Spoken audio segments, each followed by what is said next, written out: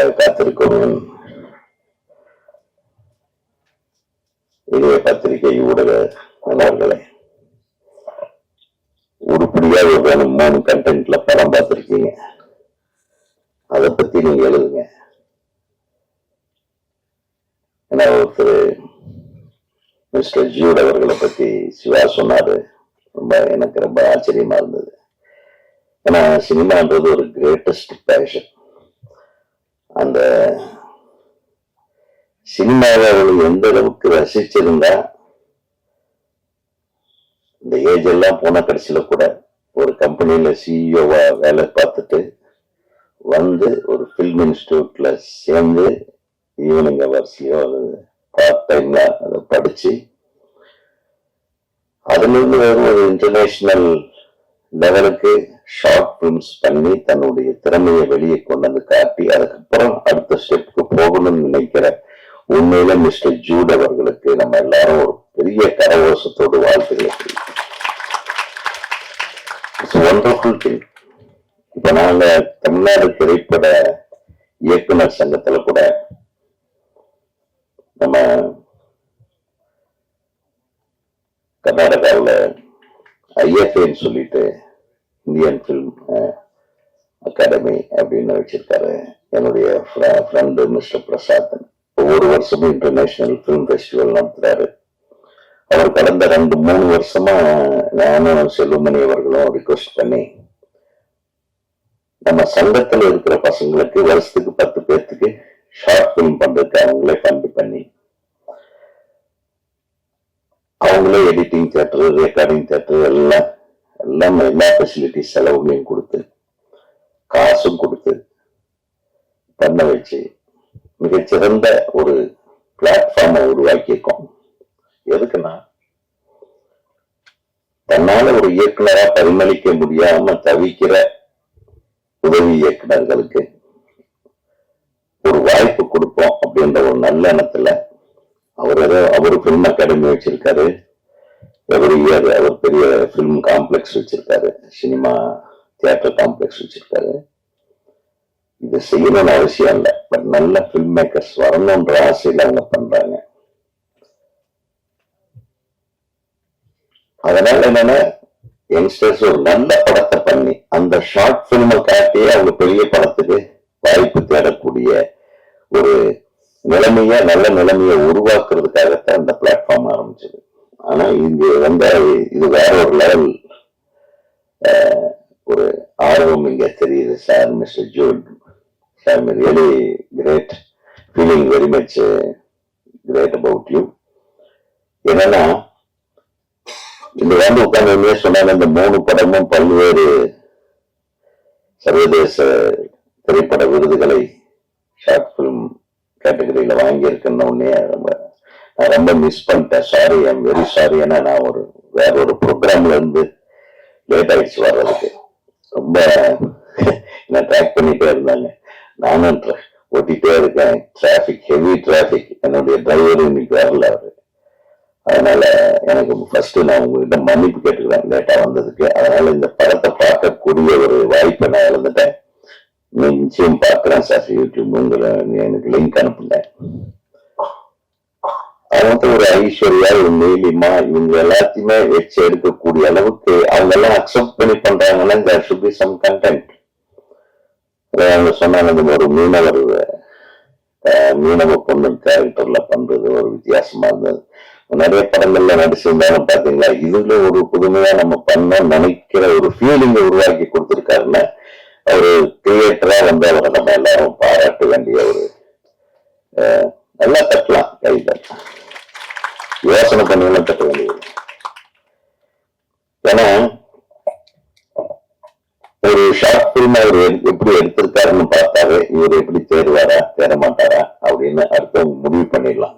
So பல விருதுகளை பெற்றிருக்கிறதுனால now you are eligible to produce or make or create your own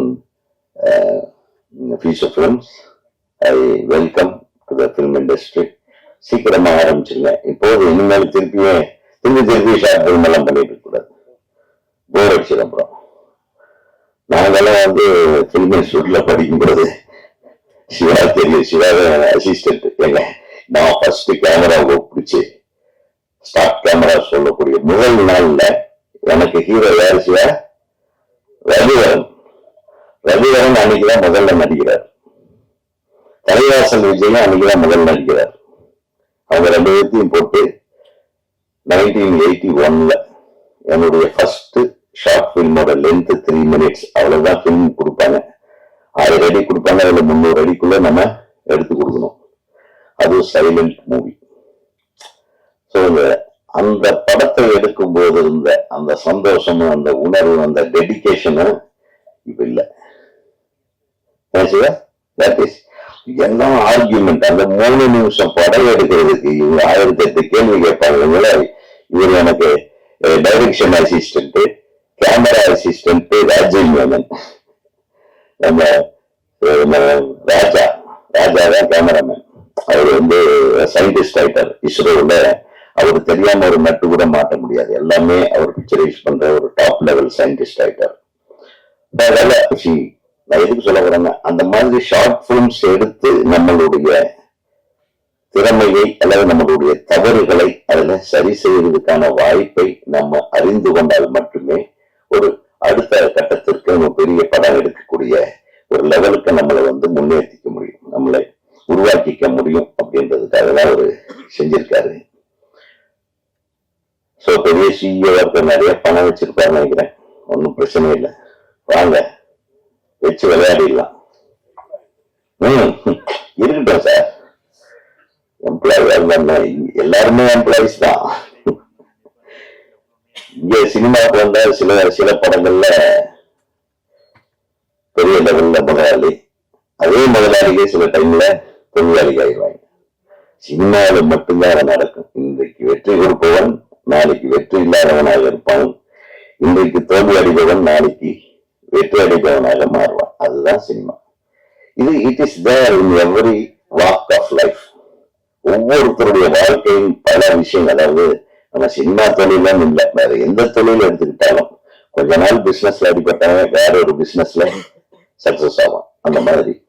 ஆனா cinema துறையில மட்டும்தான் மற்ற எந்த துறையிலும் இல்லாத ஒரு மிகப்பெரிய சாட்டிஸ்பாக்சன் ஒரு மனிதனுக்கு கிடைக்கும். ஏன்னா நம்ம என்ன நினைக்கிறோன்றத நம்ம எடுத்து நம்ம படைப்பாளியாகி அதை மற்றவங்களை காட்டி அதை அவங்க கை தட்டும் போது கிடைக்கிற நம்ம அந்த உணர்வு இருக்கு பாருங்க, அது வேற எந்த தொழில நீங்க எவ்வளவு கோடி சம்பாதிச்சாலும் கிடைக்காது.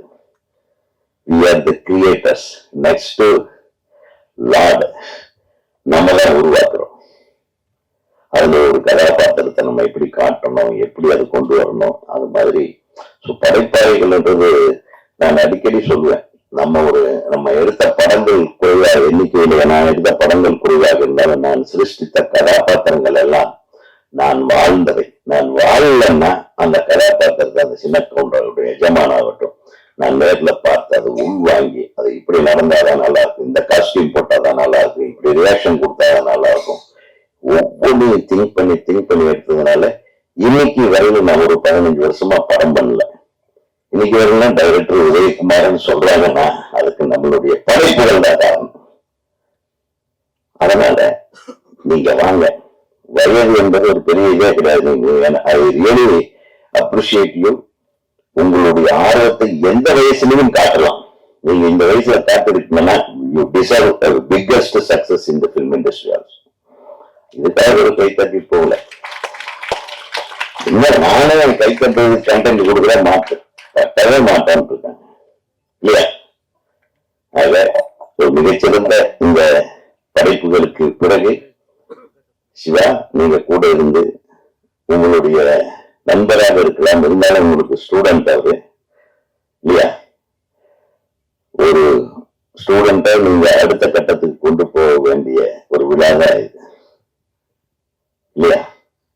நிச்சயமாக ஒரு நல்ல கமர்ஷியல் படம் எடுங்க. திருப்பி அவார்டு வாங்குறதுக்குன்னு படம் எடுத்துட்டீங்கன்னா அவார்டு தான் கிடைக்கும். அப்புறம் அதுக்குன்னு அழகணும் சார். இந்த அவார்டு வாங்குற மாதிரி ஒரு கொடுமையான விஷயம் உலகத்திலே கிடையாது சார். அவார்டு வாங்குறதுக்கு படுற அவஸ்தை இருக்கு பாருங்க. அது என்ன மாதிரி எடுத்தா அவார்டு கிடைக்கும், என்ன மாதிரி கண்டென்ட் கொண்டு போனா அவார்டு கிடைக்கும், எங்க எல்லாம் யார பிடிச்சா அவார்டு கிடைக்கும். இதுக்கு பேசாம கமர்ஷியலா படம் எடுத்து போட்ட காசு திருப்பி எடுக்கிற வழியை பார்க்கறது பெட்டர்னு நினைக்கிறேன். நான் அதுக்காக நான் இதுக்கு வாங்கின அவார்டை குறை சொல்லல. ஷார்ட் பிலிம்ஸ் ஓகே, பெரிய படங்களை எடுத்துட்டு சார் அவார்டு வாங்குறதுக்காக எல்லாரும் கிளம்பிடுறாங்க சார் கையில பொட்டியோட. அந்த மாதிரிலாம் நடக்குது உங்களுக்கு. ஈவன் ஆஸ்கார் அவார்ட்லயே நிறைய பேர் அந்த மாதிரி பண்ணியிருக்காங்கன்றாங்க. அப்படின்னா பாருங்களேன். ஸோ அவார்டோட வேல்யூ என்னன்னா, இப்போ சொல்றேன் சார், இந்த படத்தை பார்த்து கை தட்டினாங்கல்ல, அவங்க கொடுக்குற அவார்டு தான் சார் மிகப்பெரிய அவார்டு. அதை விட மிஞ்சின அவார்டு எதுவும் கிடையாது. உள்ளுணர்வோட உங்களுடைய படைப்புகளை ரசிக்கின்ற ரசிகர்களுடைய கைத்தட்டுகள் தான் நீங்கள் பெறுகின்ற மிக முக்கியமான விருது என்பதை நான் கூறி, மீண்டும் மிகப்பெரிய விஷயத்தை நல்லா கையில் எடுத்து நல்ல கண்டென்ட்டோட நீ கண்டென்ட் பண்ணுங்க. அதுக்கு தானே அவார்டு வரட்டும். அவராது தேடி சென்று விருது வாங்குவது விட்டு நம்மளை தேடி விருதுகள் வரும் அளவுக்கு அருமையான படைப்புகளை நீங்கள் தர வேண்டும். அதே மாதிரி சகோதரி நீலிமா, ரொம்ப சந்தோஷம். இந்த மாதிரி படைப்பாளிகளுடைய, அதாவது வளர்ந்து வரக்கூடிய கலைஞர்களுக்கு நீங்க எல்லாம் முன்னின்று உதவி செய்வது என்பது மிக பாராட்டுக்குரிய விஷயம். உங்க இசையை நான் கேட்டேன்னு சொல்லுங்க. தம்பி எனக்கு நல்ல தம்பி அவரு. ஆக உங்கள் அனைவருக்கும் எனது நன்றியையும் நான் காக்க வைத்ததற்கான மன்னிப்பையும் கோரி விடைபெறுகிறேன். நன்றி, வணக்கம். எத்தனையோ திரைப்படங்கள், எத்தனையோ தொலைக்காட்சி தொடர்களை நான் நடிச்சாலும் இத்தனை இன்டர்நேஷனல் ஃபெஸ்டிவல்ஸ்க்கு என்னுடைய படம் போறதுங்கிறது ரொம்ப ரொம்ப பெருமையா இருக்கு.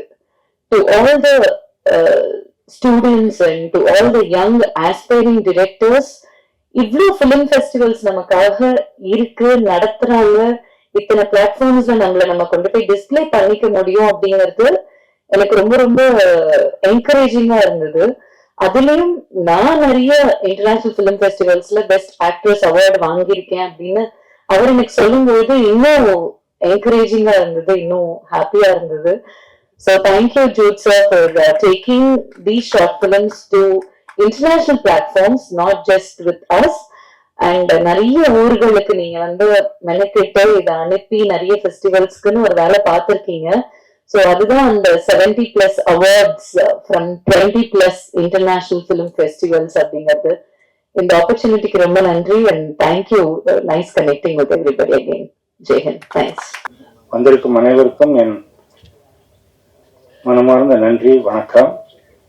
என் அழைப்பினை ஏற்று இவ்வளவு பேர் இவ்வளவு நேரம் வெயிட் பண்ணி இந்த ப்ரோக்ராம் அட்டெண்ட் பண்ணிட்டு இருக்கீங்க.